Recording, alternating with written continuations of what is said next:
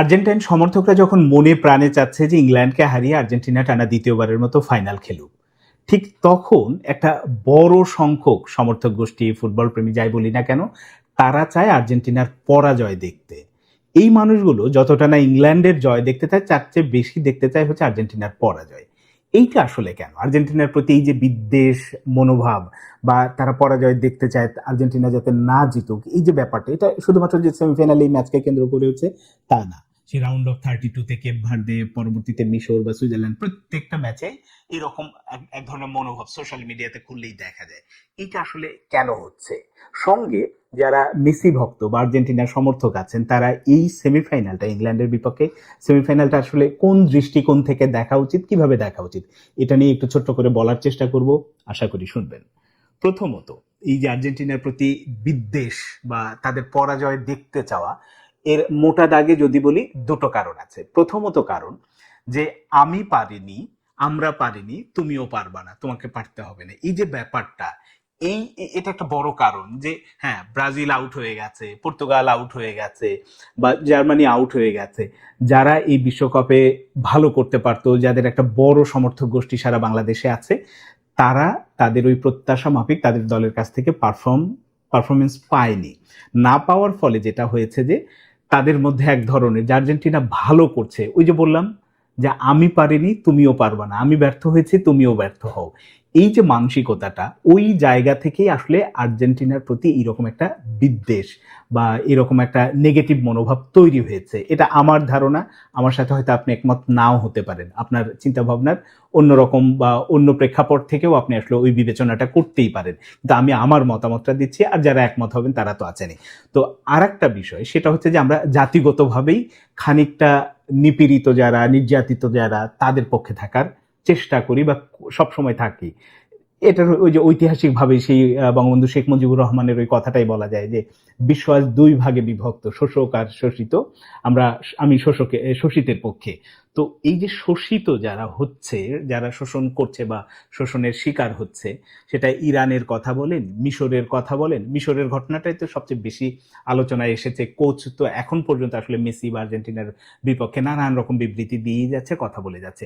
তো এই যে ব্যাপারটা যে শোষিতের পক্ষে, আমরা যখন দেখছি যে প্রত্যেকটা দল, এক হচ্ছে ধর্মীয় প্রেক্ষাপট থেকে যাদের আমরা সমর্থন করছি বা বিবেচনা করছি, তারা যখন দেখছি যে আউট হয়ে যাচ্ছে, তাদের প্রতি এরকম অবিচার করা হচ্ছে, তখন মনে হচ্ছে যে না, এই সুবিধাটা বোধহয় আর্জেন্টিনাকে দিচ্ছে।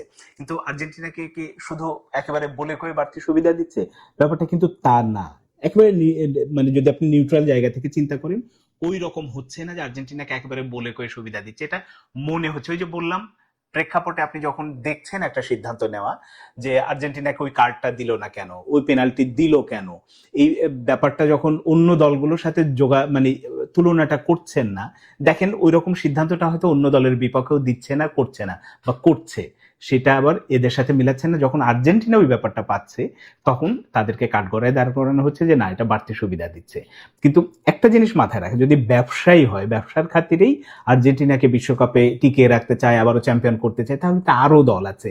আর্জেন্টিনা তো শুধুমাত্র মেসি আসলে বিলিয়ন ডলারের বিজনেস করেন না, বা তাকে দিয়েই করানো হয় না। রোনালদোর মতো তারকা আছে, নেইমারের মতো তারকা আছে, তো তাদেরও তো রেখে দিতে পারতো। তো এই কারণে ওই বলাটা বা ওই ব্যাপারটা আসলে তখনই চলে আসছে যখন আমি দেখছি যে আমার দলটা ভালো করেনি, আমি পারিনি, কিন্তু অন্য আরেকজন পারছে। ওই তখনই আসলে বিরোধিতাটা করছে, অন্যের পরাজয়টা দেখতে যাচ্ছে। এটা জাতিগতভাবে, ওই যে কাবাডি খেলার ক্ষেত্রে বলা হয় কেন যে আমাদের জাতীয় খেলা কাবাডি কেন, পেছন থেকে টেনে ধরার, যখন কেউ ওপরের দিকে উঠতে চায়, আমরা তার ওই ভালোটা দেখতে চাই না, তাকে নিচে নামানোর বা তার ওই যে পরাজয়টা দেখা, তার ব্যর্থতা দেখার মধ্যে এক ধরনের আনন্দ খুঁজে পাই। আমার কাছে ওই রকম একটা কারণ মনে হচ্ছে, এই কারণে হয়তো বিরোধিতা। এখন দ্বিতীয় যে প্রেক্ষাপটটা বললাম, যে ইংল্যান্ডের বিপক্ষে এই ম্যাচটা লিওনেল মেসির শেষ ম্যাচ হতেই পারে, ইংল্যান্ডের কাছে হেরে যেতে পারে, এ নিয়ে মানে আপনি আগে থেকেই বলতে পারেন না। হ্যাঁ, কেউ কেউ হয়তো বলবেন না, এটা ফিক্সড ম্যাচ, আগে থেকেই বলা আছে আর্জেন্টিনা জিতে যাবে, এখানে মেসিকে ফাইনালে তুলবে, সেটা হয়তো পরের বিষয়। অনুমান নির্ভর অনেক কিছুই বলা যায়, কিন্তু ওই রকম অনুমানে না গিয়ে আপনি এই ম্যাচটাকে আর্জেন্টিনা বা মেসির ক্যারিয়ারের শেষ বিশ্বকাপ ম্যাচ, শেষ একেবারে বলা যাবে না, যদি ধরে নিলাম যে হেরেও যায় ইংল্যান্ডের কাছে, তাও তৃতীয় স্থান নির্ধারণী একটা ম্যাচ থাকবে, ওই ম্যাচটা খেলার সুযোগ পাবে, এবং সেটাতে শেষ পর্যন্ত তিনি খেলবেন কিনা যায় না, কিন্তু এইরকম যদি আপনি ধরে নেন যে বিশ্বকাপে বা এতদিন পর্যন্ত আমরা লিওনেল মেসিকে যে ফুটবলটা খেলতে দেখছি এই বিশ্বকাপেও এই বয়সে 39-40 বছর বয়সে এসেও আসলে তাকে আলাদাভাবে উপভোগ করা উচিত আমাদের, যে সে যে খেলাটা খেলছে, যে পারফরমেন্স করছে, এটাকে অ্যাপ্রিসিয়েট করা উচিত।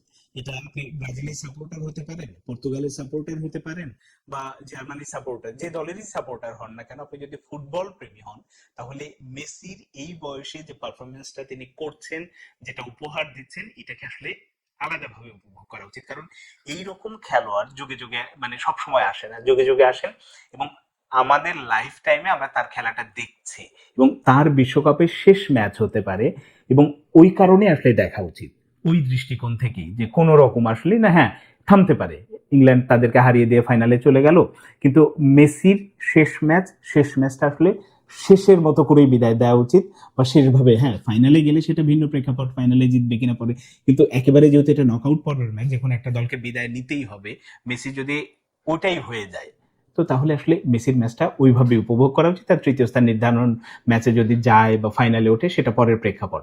সবকিছু মিলে এই ম্যাচটা যে দারুণ উপভোগ্য হতে যাচ্ছে তাতে কোনো সন্দেহ নেই, কারণ এই দু দল, ইংল্যান্ড এবং আর্জেন্টিনার মধ্যে শুধুমাত্র ফুটবলীয় লড়াই না, তো ঐতিহাসিকভাবে তাদের নানান রকম রাজনৈতিক প্রেক্ষাপট থেকে যুদ্ধ আছে দুইটা দেশের মধ্যে, সেখানে কে জিতেছে কে হেরেছে, এই বিষয়গুলো যুগের পর যুগ চলে আসছে। ফুটবল মাঠে হয়তো থাকে না, কিন্তু মাঠের বাইরে এই ব্যাপারগুলো চলে আসে। শেষ পর্যন্ত আসলে মেসি বিশ্বকাপে টিকে থাকবেন, নাকি তার ক্যারিয়ারের শেষ ম্যাচটাই তিনি খেলে ফেলবেন, সেটা হয়তো পরের বিষয়, কিন্তু ম্যাচটা যে দারুণ উপভোগ্য হবে, এবং সেই জায়গা থেকে, সেই দৃষ্টিকোণ থেকে আসলে আমাদের শুধুমাত্র ফুটবলটাই উপভোগ করা উচিত। তর্ক বিতর্ক সবকিছু একপাশে রেখে লিওনেল মেসি হয়তো বিশ্বকাপ ক্যারিয়ারের শেষ ম্যাচ খেলছেন, সেটাই আলাদাভাবে উপভোগ